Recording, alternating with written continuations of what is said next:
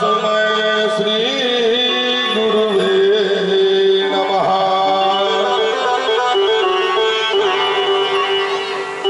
राधा मेरी स्वामिनी, मैं राधे के दास। जन्म जन्म मोहि दीजियो श्री वृंदावन में बास। शिव समान दाता नहीं, विपद विदारण हार। लज्जा सबकी राखियो शिवनंदी के सवार। सिंह चढ़े दुर्गा मिले, गरुड़ चढ़े भगवान। बैल चढ़े बाबा मिले, तो पूर्ण हूँ सबका। ओम नाम में सार है, नाम जपो भोलेनाथ। बिगड़े काज सवारता, बाबा भोलेनाथ।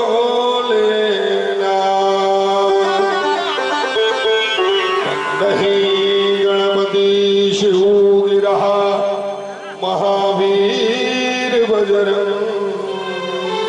विघ्न रहित पूर्ण करहो, रघुवर कथा प्रसंग। बोले अनंत बलवंत हनुमंत लाल की जय हो। राधा रानी की जय हो। बंसी वाले की, खीर माता की, भूत भावन शिरकार की, गुरुदेव भगवान की, भागवत महापुराण की। आइए माँ भगवती खीर माता के चरणों में इस दास का कोटि कोटि प्रणाम, दंडवत प्रणाम। भूत भावन भोले बाबा के चरणों में, जो कि आसी प्रतिष्ठा भी हुआ, भूत भावन भोले बाबा के चरणों में इस दास का कोटि कोटि प्रणाम। भागवत भगवान बाके बिहारी श्री राधा रानी को इस दास का कोटि कोटि प्रणाम। परम पूज्य गुरुदेव जो कि मंच पे विराजे हुए हैं, इस दास का उनके चरणों में कोटि कोटि प्रणाम। समस्त विद्युत जनों को इस दास का कोटि कोटि प्रणाम। संगीत के माध्यम से सरस्वती देवी को कोटि कोटि प्रणाम। संगीत में हमारे पधारे हुए, इनके हृदय में विराजे हुए सीताराम जी को कोटि कोटि प्रणाम। कथा में आप लोग आए हैं, आपके हृदय में ठाकुर जी विराजे हैं, उनको हमारा दंडवत प्रणाम। मातु शक्ति, छोटे छोटे नन्हे मुन्ने बालक, बाल गोपाल सबके हृदय में विराजे उस परमात्मा को इस दास का कोटि कोटि प्रणाम। आइए सबसे पहले मन और वाणी को पवित्र करने के लिए 2 बार भगवत नाम उच्चारण, तत्पश्चात कथा में प्रवेश। अरे मधुर मधुर नाम राधे श्याम, राधे श्याम। मधुर मधुर नाम राधे श्याम, राधे श्याम। मधुर मधुर नाम राधे श्याम, राधे श्याम। मधुर मधुर नाम, मधुर मधुर नाम राधे श्याम, राधे श्याम। मधुर मधुर नाम राधे श्याम, राधे श्याम। मधुर मधुर नाम राधे श्याम, राधे श्याम। मधुर मधुर नाम राधे श्याम, राधे श्याम। मधुर मधुर नाम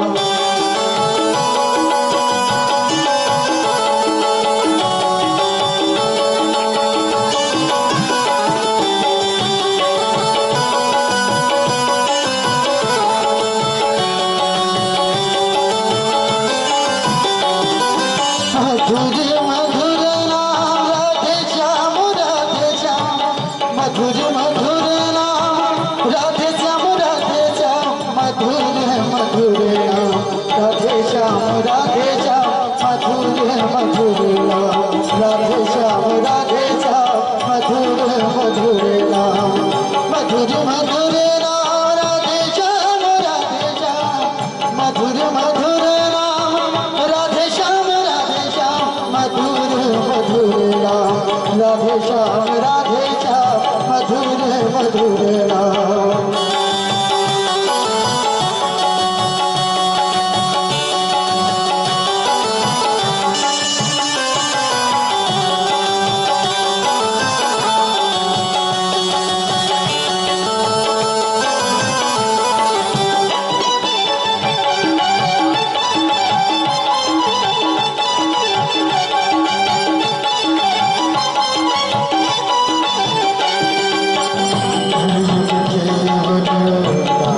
धारा सुमिर सुमिर नर तेरे पारा राम बधारा सुमिर सुमिर नर तेरे पारा मधुर मधुर नाम सीताराम मधुर मधुर नाम राधे श्याम मधुर मधुर सीताराम मधुर मधुर सीताराम मधुर मधुर राधे श्याम मधुर मधुर राधे श्याम मधुर मधुर। बोल खीर माता की बलवंत हनुमंत लाल की श्री सीताराम जी महाराज की बोल बंसी वाले की। सभी लोगों को बोलना पड़ेगा प्रेम से राधे राधे और तेज से बोलना पड़ेगा राधे राधे भाव से बोलना पड़ेगा राधे राधे राधे। आइए कथा में प्रवेश करें। कल हमने आपको कथा में क्या बताया, किसको याद है? क्यों भाई, किसी को याद है? भैया लोग आप लोगों को क्या याद है? भाई देखिए, हमारे यहाँ आने का मतलब तो तभी है कि कुछ तो समझ में आवे, है ना? तब तो मतलब है ना? इधर हम अगर कथा आपको सुना रहे हैं तो कुछ याद होना चाहिए, या फिर चलिए याद नहीं होता है भाई, विस्मरण होगा ही, है ना? तो विस्मरण का मतलब ये नहीं है कि जो है सारा चीज मेन टॉपिक या अंत का कुछ तो याद होना चाहिए। कल हमने श्री सुखदेव जी ने राजा परीक्षित जी से श्री सुखदेव जी से कहा कि महाराज जल्दी मरने वालों की मुक्ति कैसे हो, क्योंकि अब परीक्षित जी को यह मालूम तो हो गया है कि 7 दिन में मेरी मृत्यु हो जाएगी। तो श्री सुखदेव जी से उन्होंने पूछा कि महाराज अन्न का कण और संतों का क्षण बिल्कुल बर्बाद नहीं करना चाहिए, है ना? तो वो तो मालूम हो गया कि भाई अब 7 दिन में हमारी मृत्यु है, तो 7 दिन में अगर मृत्यु तो है, लेकिन इस शरीर की मुक्ति कैसे हो? तो उसके लिए महाराज श्री सुखदेव जी से राजा परीक्षित जी कहते हैं कि आप हमको ऐसा भागवत सुनाइए और बताइए कि जिससे इस शरीर की हमको मुक्ति मिले, है ना? परीक्षित जी चाहते तो अपने मृत्यु को टाल भी सकते थे, कैसे? सुखदेव जी अगर चाहते तो टल सकता था, लेकिन ऐसा उन्होंने नहीं पूछा। परीक्षित जी ने तो एक संक्षिप्त प्रश्न किया कि जल्दी मरने वालों की मुक्ति कैसे हो।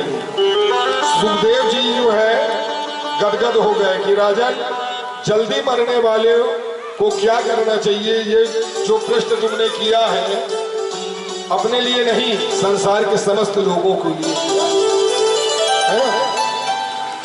तो जल्दी मरने वालों को मुक्ति कैसे मिले, क्या काम करना चाहिए। देखिए भाई, जो श्वास निकल कर गया है ना, वो लौट कर तो आएगा नहीं कि आ जाता नहीं आता ना। इसलिए प्रत्येक परिस्थिति में चलते फिरते उठते बैठते रोते हंसते खाते पीते गाते हर परिस्थिति में केवल मुख में गोविंद नाम है ना, भगवत भजन। हमने आपसे बताया कि चिंता नहीं करना है, केवल चिंतन करना है उस परमात्मा का। भाई आप बैठे हैं तो चिंतन करिए भगवान जी का, सोते उठते बैठते जागते खाते पीते जैसे भी रहे, जिस परिवेश में रहे, है ना, लेकिन परमात्मा का चिंतन अवश्य करें। कर से कर्म करहु विधिनाना, है ना, मन राखहु जहां कृपा निधाना।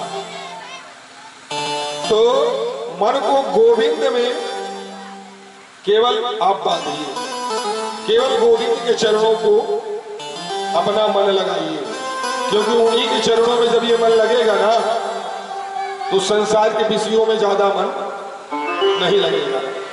अच्छा एक चीज बताइए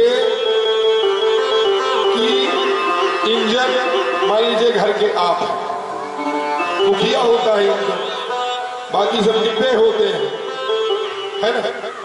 और ये बताइए कभी इंजन एक पटरी में चलता है? चल सकता है? एक पटरी में ट्रेन का इंजन चलेगी तो पलट जाएगा। तो सुख और दुख ये तो जीवन में आना ही है, लेकिन इसकी आपको चिंता नहीं करनी है। हमने आपसे शुरू दिन से यही कह रहा है कि बस शुरू दिन से हम आप लोगों को मूल भागवत का मूल चीज आप लोगों को बता रहे हैं कि लाख काम हो कुछ भी हो, जिस परिस्थिति में रहे, बस केवल उस परिस्थिति में रहते हुए भगवत नाम का संकीर्तन अवश्य करें। और जो हो रहा है आपके साथ सब जो है ठाकुर जी को शरणागति करते रहे। क्यों भाई? शरणागति से ही भक्ति की प्राप्ति होती है।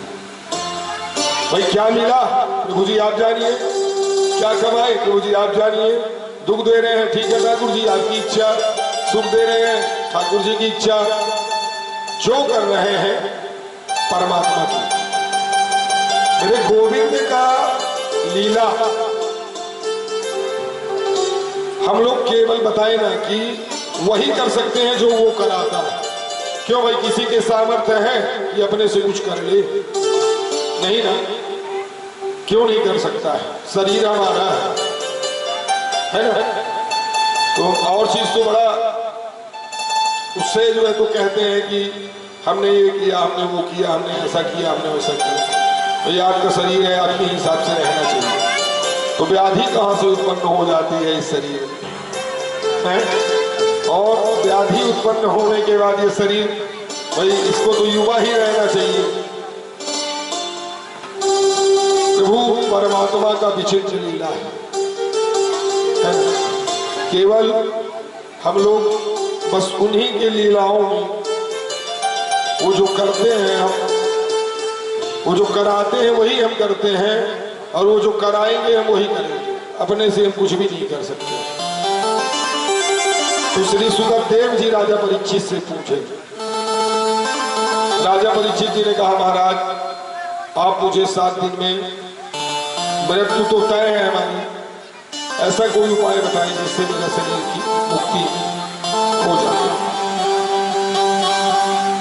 श्री सुखदेव जी महाराज ने राजा परीक्षित से कहा कि अपने मन को केवल गोविंद के चरणों में लगाओ, उनसे प्रीति करो।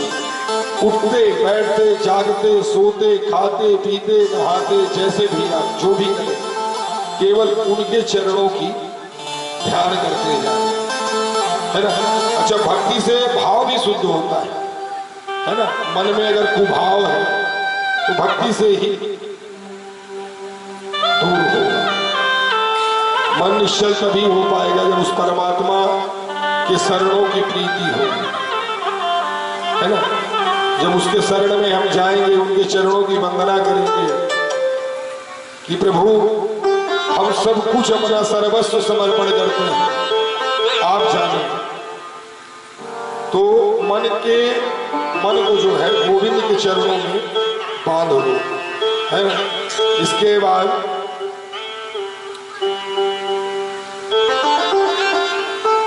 यथा महान भूतानि भूतेषु च वचेषु प्रविष्ठानाय प्रविष्टानि तथा तेषु न तेषु अहम्।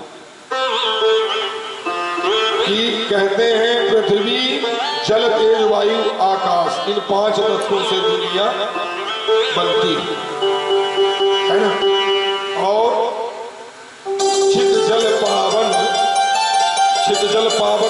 गगन समीरा और पंचरहित अति अधम समीरा। तो चींटी भी 5 तत्वों से बनती है, जीव भी 5 तत्वों से बनता है, सृष्टि में जो भी है सब 5 तत्वों से बनते हैं। जीव का भी 5 तत्वों से वो होता है, निर्माण होता है। ये मनुष्य का शरीर भी 5 तत्वों से बनता है। ठीक इसी प्रकार ऐसे ही दुनिया में रहकर, दुनिया से अलग हूं और अलग रहकर भी सारी दुनिया में व्याप्त हूं। आत्मा के तत्वों को समझने वाले जिज्ञासुओं को यही समझ लेना पर्याप्त है कि अनेक रूप में परमात्मा सर्वत्र विद्यमान है। अस हमार प्रभु बड़ सेवकाई, लही नवासन बसन चुराई। भगवान यह नहीं देखते कि आप कितनी बार स्नान किए हैं कि नहीं किए, आप कितनी बार भोजन किए हैं नहीं देखते, है ना। बोले ध्रुव जी उम्र क्या थी? 5 वर्ष के बालक ध्रुव को भगवान मिल गए। कैसे मिल गए भाई? 5 वर्ष के बालक का कितना दिमाग होता है? लेकिन जो है भगवान ये नहीं देखते कि आप नहाए हैं नहीं नहाए हैं, भोजन पाए हैं नहीं पाए हैं, प्रसाद लिए हैं नहीं लिए हैं। भगवान उनको मिलते हैं जिनका हृदय साफ होता है, जो शरणागति रखते हैं। तब ना 5 वर्ष के बालक ध्रुव को भगवान ने दर्शन दिया। विद्या गजेंद्र का ये गजराज पढ़ा लिखा था क्या? गजराज ने गोविंद को पुकारा और गोविंद ने गजराज को मोक्ष प्रदान किया। परीक्षित ने कहा यह तो देखते ही होंगे कि आपकी बिरादरी क्या है, ऊंची जात देखते होंगे। का जाति विदुरस्य यावत यादव पते। विदुर जी तो दासी पुत्र थे भाई, दासी के गर्भ से जन्म लेने वाले विदुर के घर में मेरे गोविंद ने केले के छिलके खाए, है ना। और मेरे कन्हैया ने विदुर के घर में जाकर स्वयं खाया, तो खाओगे। परीक्षित बोले कैसे भगवान, मुझे विस्तार से बताइए। आदरणीय सुखदेव जी ने परीक्षित से कहा यदा तु राजा स्वसुतान साधुनः पुष्पं धर्म विनष्ट दृष्टि। पांडवों के साथ कौरव जब अन्याय कर रहे थे, लांछागृह को उनको जलाने का षड्यंत्र किया जा रहा था, तब कौरव के पिता धृतराष्ट्र के सामने विदुर जी आकर बैठे। विदुर महामंत्री हैं, है ना। विदुर जी राजा से बोले राजन, मैं मंत्री होने के नाते नहीं कह रहा हूं, एक भाई होने के नाते, एक नागरिक होने के नाते आपसे निवेदन करने आया हूं। राजन, अन्याय की बेल पर कभी अमृत का फल नहीं आ सकता है। अन्याय की बेल में बेल कभी हरी भरी नहीं हो सकती है। पांडवों के साथ तुम्हारे पुत्र ने जो अन्याय कर रहे हैं उसे रोको। पांडव कमजोर नहीं है, केवल तुम्हारा आदर करते हैं। दुर्योधन की बात मत मानो, पांडवों को लांछागृह में जलने से बचाओ, उनके साथ हो रहे अन्याय को रोको। ये सब बातें विदुर जी ने धृतराष्ट्र को कह रहे थे कि दुर्योधन ने महल में प्रवेश किया। क्यों दासी पुत्र, मेरी कृपा से तुम्हें मंत्री पद मिला और मेरे विरुद्ध मेरे पिता को तुम भड़काते हो। निकल जाओ यहाँ से, आज के बाद इस महल में प्रवेश किया तो अच्छा नहीं होगा। महात्मा विदुर ने कहा, बेटा तुम्हें कष्ट देने का मेरा कोई भाव नहीं था, मेरा ऐसा कोई मंतव्य नहीं था। तुम्हें बुरा लगा, इसका मुझे खेद है। इसी विदुर जी ने अपने मंत्री पद को त्याग दिया। परमात्मा के चरणों में जिनकी अनन्य श्रद्धा है, अपनी पत्नी को लेकर यह विदुर जी वन में चले गए। कदली के वन में एक सुंदर पर्णकुटी बनाई और अपने पत्नी के साथ पर्णकुटी में वास करते हैं और केवल ओम नमो भगवते वासुदेवाय नमः का जाप करने लगे। इस मंत्र का जाप करते थे, लेकिन आज विदुर जी मुस्कुराते हुए अपनी पत्नी के पास आए। 12 वर्षों से जिन्होंने अन्न नहीं खाया है ना, केवल फलाहार लेकर रहते रहे, अपनी पत्नी के पास आकर बोले, अजी सुनते ही हो देवी, आज हस्तिनापुर कैसा सज रहा है, कितनी सजावट हो रही है नगरी की। आज ये नगरी दुल्हन की तरह सज रही है। पता है क्यों? विदुरानी बोली, क्यों? क्योंकि आज मेरे द्वारिकाधीश की रथ यात्रा आने वाली है। पूरी हस्तिनापुर एकदम सजने लगी और द्वारिकाधीश की रथ यात्रा आने वाली है। मेरे द्वारिका नाथ द्वारके श्री कृष्ण आज रथ यात्रा में आ रहे हैं, मेरा प्रभु शांति दूत बनकर आ रहे हैं। इसे सुनकर विदुरानी गदगद हो गई और बोली, ये तो आनंद की बात है, हमारे नगर में आज द्वारिकाधीश आ रहे हैं, लेकिन आज कल आपका मंत्री पद तो है नहीं, आप मंत्री नहीं है। इस भीड़ में न जाने कृष्ण आपको दर्शन कैसे देंगे, है ना? इस भीड़ में हम लोग कैसे देख पाएंगे हमारे कन्हैया को। महात्मा विदुर गदगद होकर बोले, देवी मन को छोटा क्यों करती हो? कृष्ण को हम नहीं देख पाए तो क्या हुआ, वो तो हमें देख ही लेंगे। एक नजर भी हमारे ऊपर पड़ गई तो हम समझेंगे हमारा जीवन धन्य हो गया है। दुर्योधन ने श्री कृष्ण के आगमन की खुशी में कपटपूर्ण मैत्री का परिचय देने की बड़ी सजावट करवाई। जगह जगह द्वार सजे, है ना? सूच्याग्रेण दास्यामि विना युद्धेन केशव।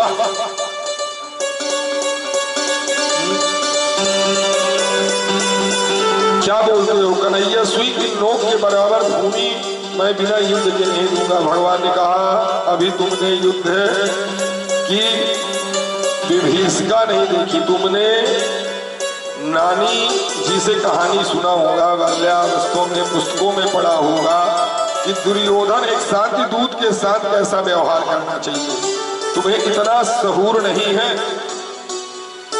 ना? धृतराष्ट्र ने दुर्योधन का हाथ दबा दिया। पागल, बोलना भी नहीं आता।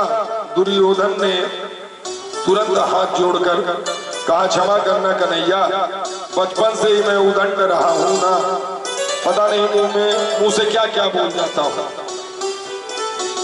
बाद में पश्चाताप होता है। खैर जाने दीजिए। मेरी माता गंधारी ने 56 प्रकार के भोजन अपने हाथों से बनाए हैं आपके लिए। किसको बोले? द्वारिकाधीश को। मेरे गोविंद ने मुस्कुरा कर कहा, देखो दुर्योधन, भोजन केवल 2 ही परिस्थितियों में किया जाता है ना? भोजन कराने वाले के मन में श्रद्धा हो या भोजन करने वाला भूख से पीड़ित हो। तुम्हारे मन में श्रद्धा है नहीं, मेरे पेट में भूख है नहीं, इसलिए भोजन करने को तो प्रश्न ही नहीं है। और आज का भोजन कर ही नहीं सकता, क्योंकि आज तो श्रीमान विदुर जी के घर में मेरा निमंत्रण है। उसी सभा में विदुर जी बैठे थे। सोचा मैंने द्वारिकाधीश जी को कब निमंत्रण दे दिया है? तो मेरी तो इनसे बात भी नहीं हुई है, और ये सभा में कहते हैं मेरे विदुर जी के घर में आज मेरा निमंत्रण है। विदुर जी ने कन्हैया को इशारे से पूछा। भगवान ने इशारा कर दिया, चुप बैठे रहिए, जो हम कहते हैं ठीक कह रहे हैं। लेकिन दुर्योधन ने हंसकर कहा, विदुर के घर आपका निमंत्रण है, रहने दो कन्हैया, अपने खाने का ठिकाना है नहीं, आपको क्या खिलाएंगे। कृष्ण बोले, इसकी मुझे परवाह नहीं, जब निमंत्रण दिया है तो भोजन की भी व्यवस्था तो होगी। विदुर जी से तो आप मिले नहीं, फिर विदुर जी ने आपको भोजन का निमंत्रण कब दे दिया, दुर्योधन ने पूछा। भगवान बोले, द्वारिका में उनका पत्र गया था, हस्तिनापुर आओ, पहला भोजन मेरे घर पर ही करना। दुर्योधन बोला, मैं भी देखूं विदुर आपका क्या स्वागत करता है ना, आपको क्या क्या खिलाता है। इतने में हमारे द्वारिकाधीश जी विदुरानी के घर पहुंच गए। विदुरानी बोली, अपने पेट में हाथ फेरने लगे। कौन? द्वारिकाधीश बोले, काकी भूख लगी है, कुछ खाने को दो, कुछ खाने को मिलेगा। विदुरानी बोली, आपको भूख लगी है लालो, काका जी आ रहे होंगे, कुछ ना कुछ व्यवस्था करूंगी, तब तक आप फल पाइए। और कदली के वन से डाली भरकर केले ले आई। मेरे गोविंद को भूख लगी है, कन्हैया भूखा है, प्रेम में पागल हो गई। प्रेम में ऐसा दिव्य भाव जागृत हुआ, कन्हैया के सामने पत्तल बिछाई, कदली के छिलके उतार उतार कर पत्तल में धरती जावे और फल को दूर फेंक दी जावे। अरे सबसे ऊंची प्रेम सगाई, सबसे ऊंची प्रेम सगाई, सबसे ऊंची प्रेम सगाई, सबसे ऊंची प्रेम सगाई, सबसे ऊंची प्रेम सगाई। दुर्योधन के मेरे बात आगे, दुर्योधन के मेरे बात आगे, साग विदुर घर खाई, सबसे ऊंची प्रेम सगाई, सबसे ऊंची।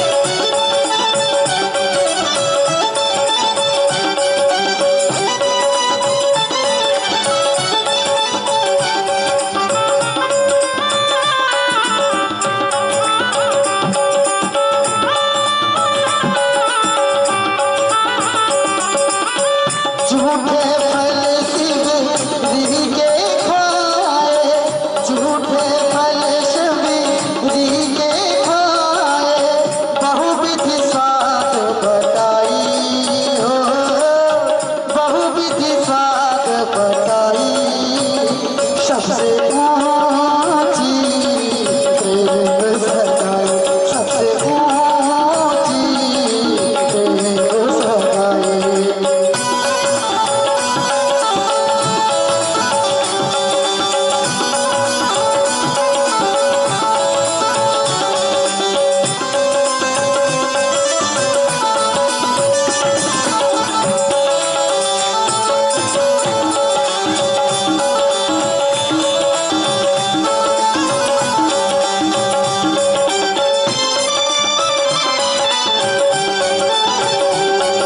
प्रेम से बोलिए, राधे राधे, काली का मधुर कीर्तन करते रहिए।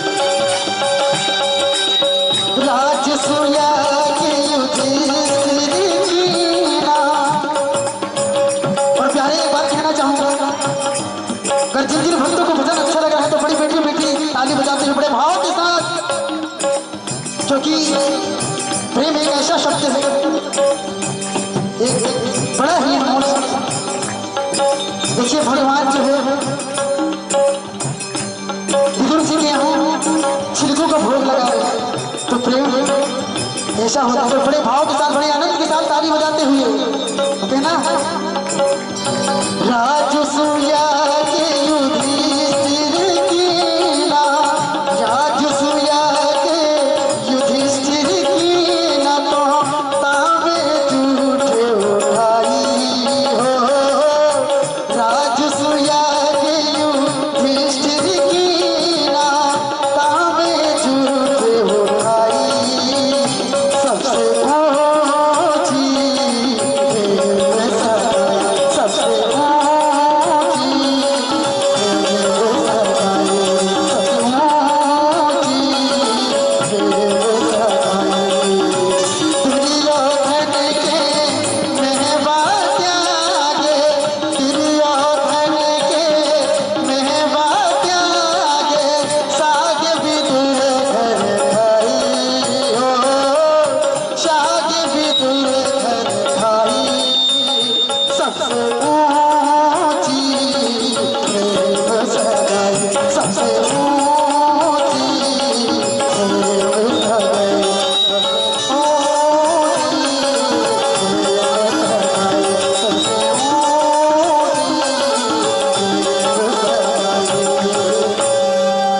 कृष्ण कन्हैया लाल की, बोल बंसी वाले की जय हो। राधे राधे राधे राधे। देखिए भाई, दुर्योधन के घर का मेवा 56 भोग मेरे लाला ने नहीं पाया, और उस विदुरानी के घर में जाके की काकी बड़े जोरों से भूख लगी है ना, और कुछ खिलाइए। तो विदुरानी ने कहा, काका तुम्हारे गए हैं, कुछ माखन मिश्री लेके आ रहे हैं, तब तक मैं आपको केला फल दे रही हूँ, कदली फल, आप इसी को खाओ।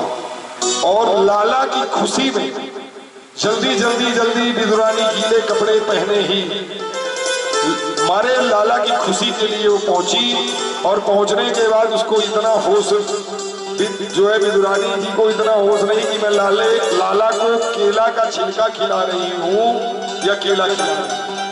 मारे प्रेम की पत्ता लग के और छिलका लाला को देते जाए और लाला पाते जाए, वाह काकी बहुत मीठा है, वाह काकी बहुत मीठा है, और गूदा जो है केला का विदुरानी फेंकते जाए। जब बाद में काका जी पहुंचे मिश्री माखन लेके, बोले विदुरानी जी को, बोले क्या जी सुनती हो, कन्हैया आने वाले हैं हमारे यहाँ, द्वारिकाधीश आ जाने वाले हैं। उन्होंने सभा में मेरा खूब मान बढ़ाया और कहा आज विदुर जी के यहाँ मेरा निमंत्रण है, तो ये मैं माखन मिश्री लेके पहुंचा हूं। बोले 1 घंटा पहले ही द्वारिकाधीश आके बैठे। बोले अच्छा कुछ खिलाए कि नहीं। जब गए विदुर जी तो देखे कि विदुरानी तो केवल कन्हैया को छिलका खिला, गूदा तो सब पड़ा है। बोले अरे मूर्ख, तूने द्वारिकाधीश को छिलका खिलाया और गूदा तो सब फेंक दिया। बोले अरे मेरी मती मारी गई, मैं तो जो है तो लाला की खुशी में सुध बुध खो गई, क्या करूं। हाय लाला, मैं जो है छिलका खिला दी। हाय लाला, मैं अपने हाथों से जल देती थी ना उस पेड़ को, मैं अपने हाथों से जल उस जो है पेड़ में सींचती रही, फल तो मीठा रहा होगा ना लाला। द्वारिकाधीश बोले वाह, मजा आ गया काकी, जो केले में स्वाद नहीं है वो तो छिलका में मेरे को मिला, पेट भर गया काकी मेरा। खूब भाव से जो है तो विदुरानी जी के हाथों से, अपने काकी के हाथों से छिलका मेरे गोविंद ने पाया और कहा काकी जो मजा छिलका में है ना, वो मजा केले में नहीं है। विदुर जी बोले क्या बताऊं देवी, आज कौरवों की सभा में मेरे गोविंद ने मेरा कितना आदर किया। विदुरानी बोली आने वाले क्या, वो तो समस्त जनमानस का जो है मर्यादा रखते हैं। यही तो कन्हैया का विचित्र लीला है। काकी जी हमें नहीं मालूम केला था या छिलका, हम तो इतना जानते हैं जो कुछ खिलाया इसमें काकी जी का अनुराग और केवल प्रेम। है ना? जो स्वाद उस छिलके में था वो इस लड्डू में नहीं, मेवा में नहीं है, मिश्री में नहीं है। क्योंकि पहले दिन हम आपको बताएं कि भाव का भूखा हूं मैं, भाव मुझको चाहिए,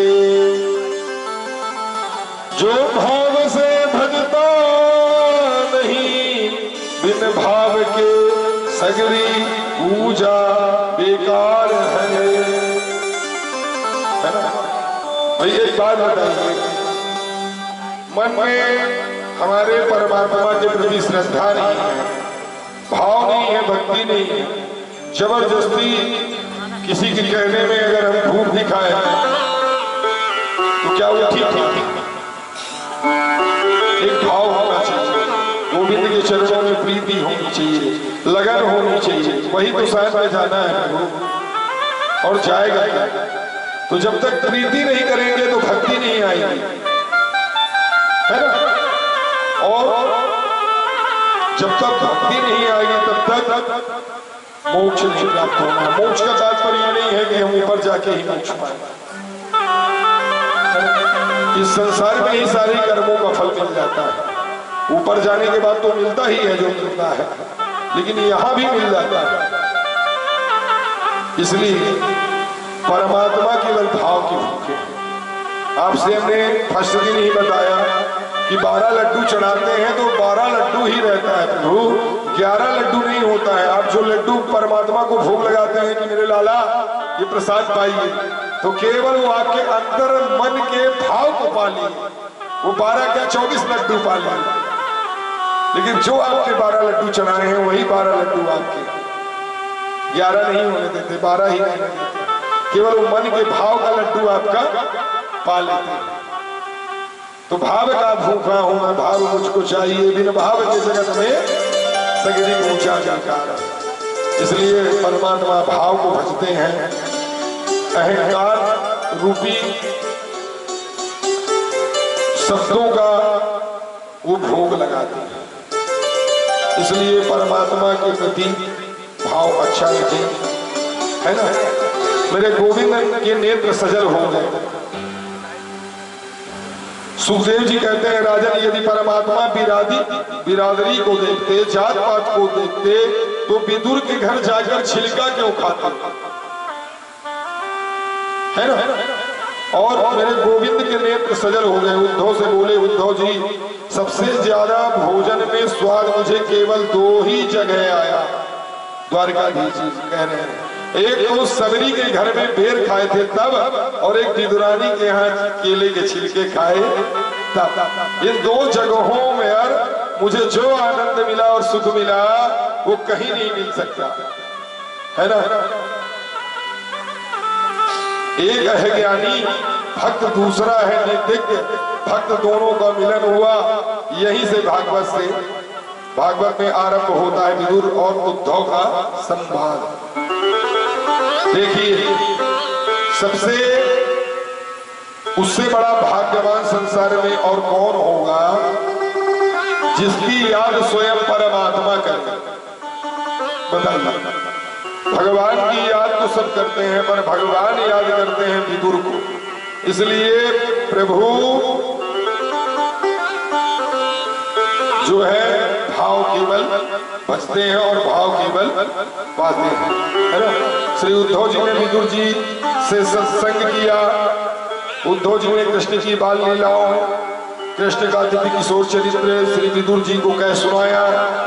सुनकर विदुर उत्कंठित हो गए और कुछ जानने के लिए महात्मा उद्धव ने कहा। हरिद्वार में एक संत रहते हैं, नाम है मैत्रेय मुनि।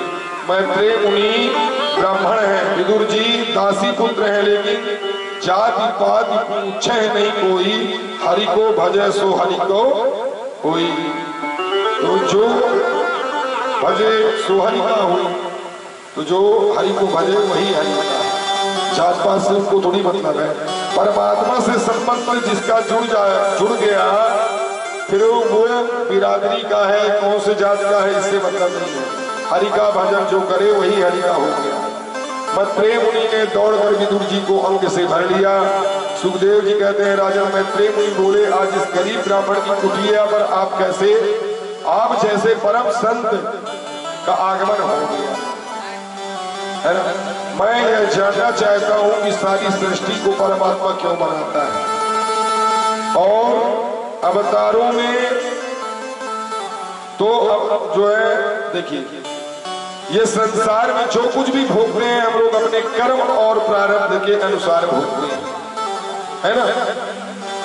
जो करेंगे जैसा करेंगे वैसा हमको मिलने वाला है। पहले हम क्या कर चुके हैं इसकी चिंता मत करो, केवल आगे बढ़ो, और जो चला गया व्यर्थ की चिंता ना करें। लेकिन तुम्हारे पुत्रों का संहार करने के लिए भगवान नारायण आएंगे। देखिए, कश्यप महाराज के 13 पत्नियां थी। कितनी थी? 13। उनसे दिति सबसे बड़ी उनमें दिति थी। और एक दिन दिति ने कश्यप से कहा, मेरी सभी बहनें पुत्रवती हो, मुझे भी पुत्र होना चाहिए। इस प्रकार संतान की कामना की। कश्यप ने कहा, देवी यह सायंकाल का है, यह समय काम सुख के लिए उपयुक्त नहीं है ना। सायंकाल के समय काम वासना नहीं करनी चाहिए, क्योंकि संध्या काल का समय होता है। इस समय साक्षात भगवान शंकर अपने गणों के साथ विचरण करते हैं। आकाश में इस समय किया गया जो गर्भाधान है, उस गर्भस्थ शिशु पर भूत प्रेतों का असर हो सकता है। इसलिए गर्भस्थ का ये जो है सायंकाल के समय गर्भाधान के लिए अच्छा नहीं। लेकिन भगवान कश्यप की धार्मिक बात का दिति ने अनादर कर दिया। कश्यप भी दिति के दुराग्रह के आगे झुक गए और श्राप दे दिया, तुम्हें 2 पुत्र होंगे, परंतु दोनों ही दुष्ट होंगे, दुराचारी होंगे।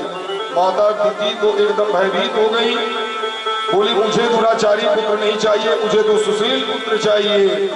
ऋषि बोले, आज लेकिन तुम्हारे पुत्रों का संहार करने के लिए भगवान नारायण आएंगे। दिति ने कहा, तब तो मेरे पुत्र बड़े भाग्यशाली होंगे।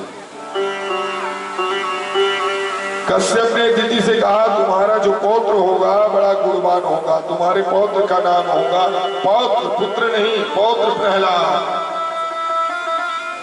वो शीलवान होगा। ये सुनकर माता दिति के मन में बड़ी प्रसन्नता हुई। ब्रह्मा ने कहा, मेरे मानस पुत्र हैं 4, सनक, सनंदन, सनातन, सनत कुमार। ये चारों ही मानस पुत्र एक बार भगवान के दर्शन के लिए गए, वैकुंठ में प्रवेश करने लगे तो जय विजय नाम के भगवान के 2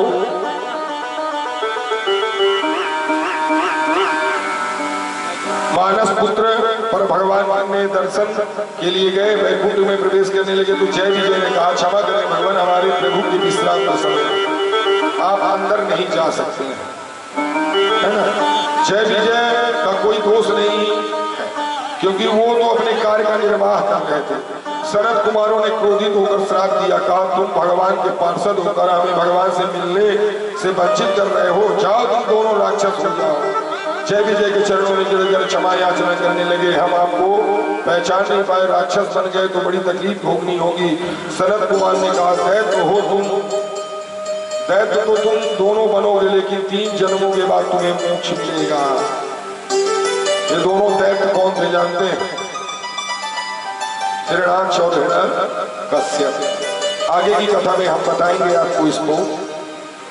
दोनों का जन्म हुआ, एक का नाम है हिरण्यकश्यप, दूसरे का नाम है हिरण्याक्ष। पश्यति इति पश्यक, पश्यक एव कश्यप।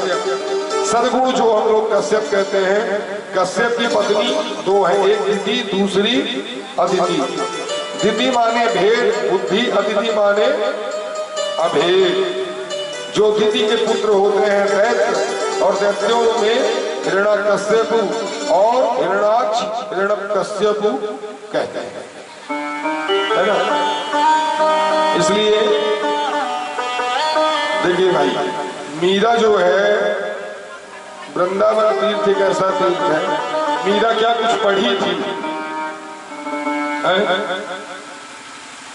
वही कहते हैं कि नहीं महाराज, हम तो कुछ पढ़े लिखे नहीं हैं, कुछ तो जानते नहीं है, पाठ नहीं कर सकते, पूजा नहीं कर सकते। वही मीरा क्या पढ़ी, कुछ पढ़ी, केवल गोविंद नाम को भजते रही और मीरा देवी तो केवल परमात्मा के नाम में हो सकती है जो शायद संसार में किसी वस्तु में। मीरा कहती है मुझे यह पावन जो स्थान है वृंदावन, इसके आगे कुछ अच्छा नहीं लगता, कोई धाम अच्छा नहीं लगता। विदुर, तुमने पूछा कि भगवान ने हिरण्याक्ष वध क्यों किया, इसका मूल कारण क्या था? और मैंने तुमसे कहा वैदिक धर्म विरुद्ध है आचरण किया, इसके लिए ऐसा क्यों हुआ?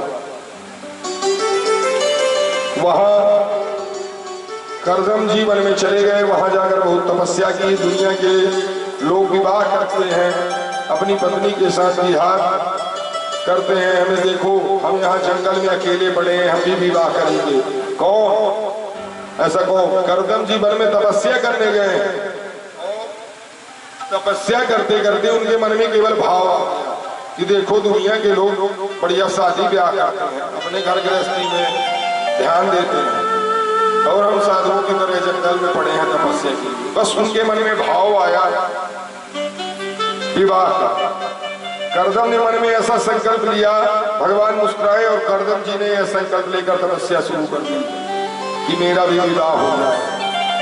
कोई तपस्या करता है मुक्ति पाने को, कोई तपस्या करता है भक्ति पाने को, कर्दम जी तो विवाह पाने के लिए तपस्या करते हैं। अच्छा, इन बुढ़ऊ महाराज को देखो, ये विवाह के लिए तपस्या कर रहे हैं, है ना? गति बड़ी विचित्र है भाई। विश्वामित्र ने 60,000 वर्षों तक तपस्या की, लेकिन मेनका नाम की अप्सरा ऐसी आई और ऐसी उसके चरणों की पायल बजी कि विश्वामित्र की तपस्या भंग कर दिया। कर्दम ने 10,000 वर्षों तक तपस्या की, संकल्प हुआ कि हमारा विवाह हो जाए। कर्दम ने कहा आप बात पक्की कर रहे हैं? भगवान बोले हाँ। कर्दम बोले जब आप बात कर ही आए हैं तो हम शादी कर लें, है ना? इच्छा तो बिल्कुल नहीं है, लेकिन आप कह रहे हैं तो हम कर ही। भगवान ने कहा स्वयंभू नाम के जो मनु हैं, उन मनु महाराज के 2 पुत्र और 3 पुत्री हैं। आकृति, देवहूति, प्रसूति पुत्रियों के नाम है, प्रियव्रत, उत्तानपाद पुत्रों के नाम। भगवान बोले क्या शर्त है? बोले कर्दम ऋषि बोले मेरी शर्त ये है कि मेरे घर पुत्र बनकर स्वयं आपको आना पड़ेगा, तभी मैं ब्याह करूंगा, नहीं तो मैं ब्याह नहीं करूंगा। वाह! भगवान ने कहा ठीक है, मैं आपके घर पुत्र बनकर स्वयं आऊंगा। उधर प्रभु ने स्वयं मनु को आदेश कर दिया। स्वयं मनु अपनी बीच की पुत्री को लेकर आए और ऋषि कर्दम जी के साथ विवाह कर दिया। कैसा विचित्र दर्शन देखिए। स्वयं मनु की पुत्री जो फूलों में पली, है ना भाई, राजा की पुत्री कैसे पलेगी? फूलों में ही पलेगी, है ना? तो राजकुमारी है, फूलों में पली राजकुमारी, इतने बड़े वैभवशाली महाराज की पुत्री, इसकी शादी ऐसे पुरुष के साथ हो रही है जिसके पास रहने का मकान नहीं है ना? जब विवाह होने लगा तो कर्दम जी को याद आ गई। बोले राजन, आपकी पुत्री को मैं पत्नी के रूप में अपनाऊंगा, लेकिन इसके पहले हमारी एक शर्त है। मनु बोले शर्त क्या है? ऋषि बोले एक पुत्र होते ही हम गृहस्थी को छोड़ देंगे। कर्दम ने सोचा पुत्र तो स्वयं भगवान बनकर आएंगे, फिर दूसरे पुत्र की कामना क्यों रखूं? इसलिए वो बोले कि एक पुत्र होते ही हम गृहस्थ जीवन को त्याग देंगे, क्योंकि वो जानते थे कि प्रभु आने वाले हैं। अच्छा, स्वयंभू मनु ने स्वीकृत दे दी। देवहूति का विवाह कर्दम ऋषि के साथ हो गई। राजकुमारी उनकी पत्नी अपनी पत्नी को लेकर अपनी पर्ण कुटी पर आ गई, है ना? एकदम नितांत जंगल में घास फूस की छोटी सी पर्ण कुटी। देवहूति ने जैसे ही अपने पति की कुटी में प्रवेश किया तो ऊपर की ओर देखा, वहां कम से कम 50 घोंसले बने हैं चिड़ियों के। उसमें सुंदर सुंदर चिड़िया कलरव कर रही हैं। देवहूति ने कहा ये क्या है? देवहूति के नेत्र सजल हुए कि इतना बड़ा त्यागी महापुरुष, इतना बड़ा संत मुझे पति के रूप में मिला, देवहूति ने कुटिया की खिड़की से बाहर की ओर नजर डालकर देखा। आश्चर्य से उसकी आंखें खुले की खुले रह गई कि झरने बह रहे हैं, उसके नीचे गाय, हिरण और शेर एक साथ चल रहे हैं। भाई गाय हिरण ये जहां रहेंगे तो सिंह उसको जो है तो भक्षण में कर देगा, लेकिन उनके जब का इतना प्रभाव था, तब का इतना प्रभाव था कि सब एक साथ घास फूस खा रहे हैं। बोले वाह। देवहूति के नेत्र सजल हो उठी, रोने लगी कि मैंने इतना बड़ा महान त्यागी महापुरुष, बड़ा संत मुझे पति रूप में मिले हैं। वहां के जीव जंतुओं में भी हिंसा की भावना नहीं है। अच्छा, मेरे पति समाधि में बैठ गए। अब वो पत्नी को लेकर आके समाधि में बैठ गए। इनकी सेवा करना ही मेरा पावन कर्तव्य है। बैठे हुए पति की गीले वस्त्र से पोंछ देती, आरती करती, कभी फल तोड़कर खा लेती, कभी पत्ते तोड़कर खा लेती, कभी कुछ मिला कभी कुछ नहीं मिला, 2-4 दिन भूखे भी रह जाती थी, पानी पीकर निकाल देती थी। ऐसे 40 वर्ष 40 वर्ष तक देवहूति ने अपने पति की सेवा की।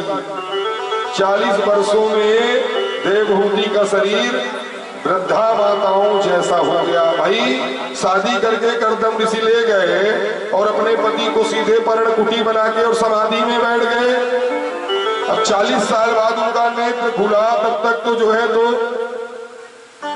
भाई बुढ़िया झुर्रियां पड़ गई, चमड़ी जो है तो सिकुड़ने लगी। मन में आशा है कि जिस दिन मेरे पति की तपस्या पूरी होगी उसी दिन मेरा गृहस्थ जीवन आरंभ होगा, है ना। 40 वर्षों के बाद करदम की समाधि जैसे टूटी, करदम ने अपनी कुटिया में किसी की बुढ़िया माता को बैठे देखा और पूछा आपका परिचय क्या है। भाई 40 वर्ष तक वो तपस्या में रहे और भूल गए सब कुछ कि मेरा शादी भी हुआ है, मेरी पत्नी भी है। और जब आंखें खुली तो बोली ये बुढ़िया देवी कौन बैठी? बोली देवी आपका परिचय क्या है, बताइए आप कौन है। देवहूति ने सोचा मेरे पतिदेव तो मुझसे मेरा परिचय पूछ रहे हैं। याद कीजिए 40 वर्ष पहले एक राजा आए थे, अपनी बेटी का विवाह आपसे किया था। करदम ने कहा थोड़ा थोड़ा याद आता है, वो आप ही हो क्या? देवहूति बोली जी मैं ही आपकी धर्मपत्नी हूँ। इसी करदम बड़े प्रसन्न हुए। 40 वर्ष का समय बीत गया, इतने वर्षों तक तुम रही, इसी कुटिया में ही तुम रही, अपने पिता के घर नहीं चले गई? बोली नहीं, मैं अपने पति को छोड़ के कैसे।